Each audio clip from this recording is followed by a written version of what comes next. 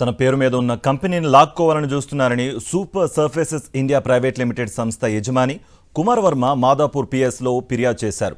స్నేహితుల ద్వారా పరిచయమైన విష్ణువర్ధన్ రెడ్డి అధిక లాభాలు తెప్పిస్తామని మాయ మాటలు చెప్పి కంపెనీలో పెట్టుబడులు పెట్టినట్లుగా కుమార్ వర్మ తెలిపారు. అయితే కొంతకాలానికి బెదిరించి బలవంతంగా సంతకాలు చేయించుకుని విష్ణువర్ధన్ రెడ్డి కంపెనీని కాజేశారని ఆరోపించారు. దీనిపై గతంలో సైబరాబాద్ సిపికి ఫిర్యాదు చేసినట్లుగా కుమార్ వర్మ వెల్లడించారు.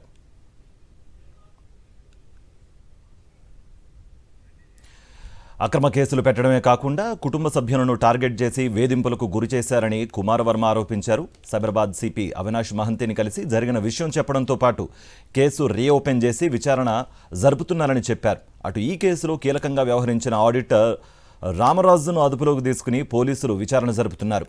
మరోవైపు ఈ కేసులో నిందితుడిగా ఉన్న విష్ణువర్ధన్ రెడ్డి చాలా మందిని మోసం చేశాడని, అతని నుంచి తనను రక్షించాలని, తన ఆస్తులు తనకు వచ్చేలా చేయాలని బాధితుడు కుమార్ వర్మ ఆవేదన వ్యక్తం చేశారు.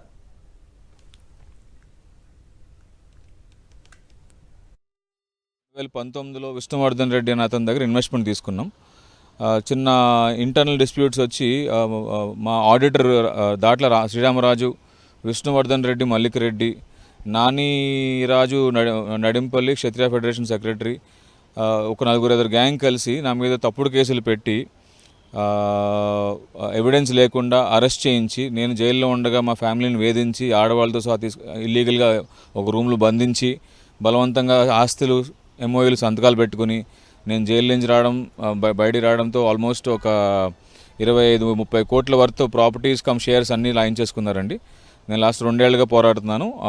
ఈ మధ్యన కొత్తగా అపాయింట్ అయిన సిపి గారిని ఒక జనవరిలో కలిశాను.